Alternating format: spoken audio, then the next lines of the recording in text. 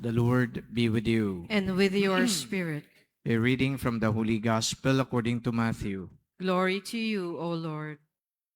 Jesus summoned his 12 disciples and gave them authority over unclean spirits to drive them out and to cure every disease and every illness.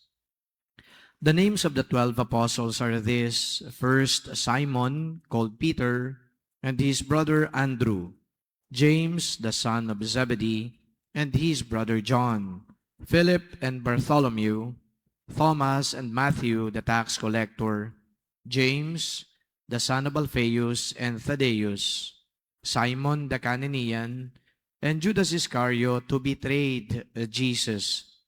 Jesus sent out these 12, after instructing them thus: "Do not go into pagan territory or enter a Samaritan town. Go rather to the lost sheep of the house of Israel. As you go, make this proclamation: the kingdom of heaven is at hand." The Gospel of the Lord. Praise to you, Lord Jesus Christ. Marami ho tayong pinagkakaabalahan ngayon, katulad ng panonood ho, ng mga una ng impeachment. Pangalawa po ay yung World Cup. Naku, kanina hong madaling araw na ako nakatulog dahil talagang pinanood ko yung laban ng Argentina at saka ng Egypt. At mga 3 o'clock na ako natulog, kasi I am rooting for Argentina. Ayan, pero controversial yung pagkakapanalo po ng Argentina dahil di umano ay, sabi ng mga kritiko pinaboran daw ng mga referee ngayong Argentina. Pero ganun pa man, bago pa nung laban ng Egypt at saka Argentina, nananalo na lagi na dominant fashion yung Argentina. Kaya pinupuri sila sa mga Facebook post, sa mga analysis na di umano, etong si Lionel Messi, kahit na siya ay 39 years old na, ay magaling pa rin at hindi na masyadong tumatakbo, ando doon na lang lagi sa gilid o di kaya sa gitna. Pero yung mga kasamahan niya, mga bata pa, only in their 20s, ito yung mga nagtatakbuhan talaga. Ito yung nasa kalakasan pa nila.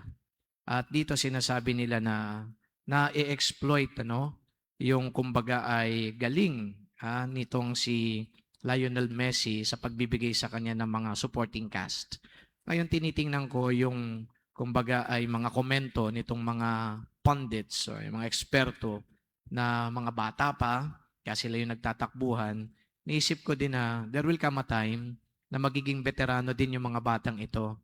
Kaya sila ay siguro magre-retire, pero bago pa mag-retire, siguro yung favor sa kanila ay ibibigay. At higit sa lahat, siguro yung tipong mas mabibigyan pa sila ng iba pang opportunity para kilalanin o di kaya i-recognize yung kanilang talent in some other ways. Ngayon, tinitingnan ko yun, yung laro na yan at saka yung ganong estilo ng mga bata pa, kaya hayaan mo sila. Yung tipong pag-a-appoint dito sa mga disciples or apostles, magtataka kayo ano naman kaya yung connection niyan. Alam niyo, malikot ang utak ko Sabi ko, bakit kaya si Jesus ay pagkatapos siyang i-appoint yan, yung 12, sinabihan na, dito kayo, mag-preach kayo dito, dito sa Israel, pero wag kayong pupunta sa iba't ibang mga teritoryo. Wag kayong kumbaga ay pupunta sa Gentile territories o di kaya sa Samaritan towns. Dito lang kayo, sa Jerusalem siguro, sa Galilee, o dyan lang muna kayo.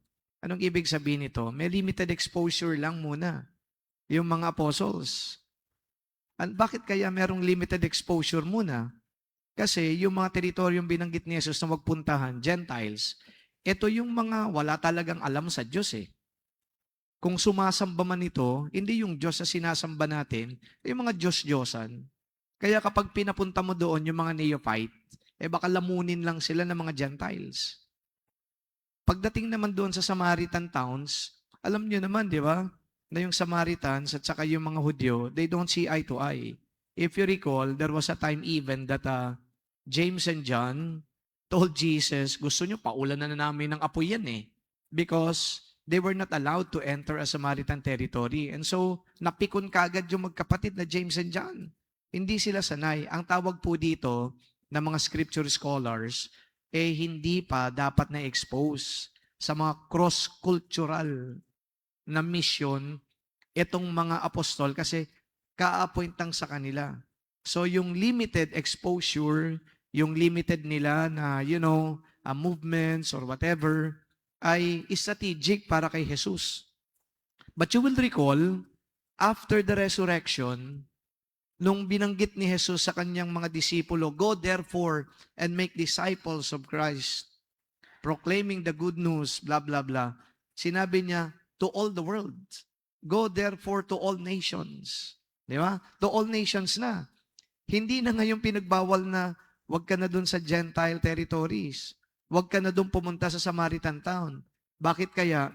Kasi maaaring battle-tested na. Maaaring meron na silang naging exposure. Maliit man yung kanilang exposure, o dito muna sa mga Jewish towns, mga Hudyo ang karap nila. Wala muna nung iba. Kasi baka naman kayo ma-shock. At tinitingnan ko doon sa mga atleta, bago naman sila mapunta dito sa World Cup, meron muna mga exposure yan sa maliliit na liga o tournament. Meron muna yan ng mga training. Hindi muna kayo dito sa World Cup until today, until such time na ito ay pumasok na doon sa World Cup. Parang katulad ni Messi, nag-umpisa lang muna sa Rosario, sa Argentina, and then doon sa training ground nila sa Camp Nou, sa Barcelona, and then hanggang siya na ngayon yung naging superstar. Siya na ngayon yung tipong, kumbaga, inaasahan. We are not looking at being superstars in the context of preaching the gospel. But what I'm telling you is the experience. Nagkaroon ka muna ng basic training. Nagkaroon na ng basic exposure. Ito dito ko po nakikita yung bagang prohibition ni Kristo sa kanyang mga alagad. Pero, uulitin ko, in the other parts of the scriptures, ando doon na yung great commissioning kung tawagin. Go therefore to all the nations and make disciples. Baptize them in the name of the Father and of the Son and of the Holy Spirit. That is after they were already somewhat exposed, somewhat people who gained experience in dealing, with different kinds of, communities and different kinds of people belonging to different cultures. Ando doon sila, sinabak na. Sa konteksto din po ng ministry namin bilang mga pare, halimbawa, nung andi dito po si Reverend Jess Madrid, naalala niyo, di ba? Our beloved Reverend Jess, favorite kong deacon yun. Hindi naman siya pinapunta dito para maging rector kaagad ng EDSA Shrine. Gets nyo? Siyempre, yung rector ng EDSA Shrine, yung gwapo muna na pare, di ba? Yun. Yun ang point doon. So, andi dito siya para mag-assist muna. Anong ginagawa niya? Nagpipreach ng gospel, di ba? Pero hindi yung nagbimisa na kagad, hindi siya yung nagmi-meeting kagad sa pastoral council, nagpipreside. Hindi ganon. So, merong progression, ika nga, yung kanyang exposure. Until such time that he became a priest, and then meron pang mga mumunting assignment, darating ang panahon, malay nyo, maging rector din dito, si Reverend Jess o Father Jess ng EDSA Shrine. So that is the way Jesus Christ did it with His apostles. Ulitin ko, is strategic. And you also have to consider that the apostles of Christ, hindi naman ito yung mga scholars. Di ba? Ito yung mga mangingisda. Binanggit pa nga dito May tax collector. Meron pang Judas Iscariot na, siraulo yata ito, who betrayed Jesus. And many of them were fishermen. No? So yung mga kalaban nila, yung mga harapin nila, naku, mga abogado yan. Para yung mga abogado ngayon, yan sa impeachment court, na puro objection, your honor. Di ba? Ang dudunong ng mga yan. So imagine kung isasabak mo kagad sila sa ganung kalakaran, naku, baka ma-shock itong mga apostol, baka mag-back out. So Christ knew how to strategically, make His move. Ang galing, di ba? Ang galing ng ating Panginoon. So today, we are reminded that in life, hindi pwede yung padalos-dalos ka. Dapat may preparation, dapat may training. At sa buhay natin, yung training, alam ninyo, yung tipong bata pa lang tayo, natuturuan tayo, yung magandang asal, yung mga tamang gawain. Kasi kapag tumanda ka na, Naku, ngayon ka pala magte-train. Palagay ko hindi mo na matututunan yan. You cannot teach all dogs new tricks. Kaya dapat, yung progression, yung training, yung skills na dapat makukuha, dapat meron tayo niyan. So my dear friends, brothers and sisters, today we are exposed to the truth of the ministry of the apostles. They were great collaborators of Jesus. They proclaimed the word with dedication and commitment. But then again, they had to start somewhere else. At dito, harapin niyo muna yung mga taga-Israel bago kayo lumayo pa. Kasi baka masya kayo sa magiging, kumbaga ay resulta o di kaya reaksyon ng mga tao.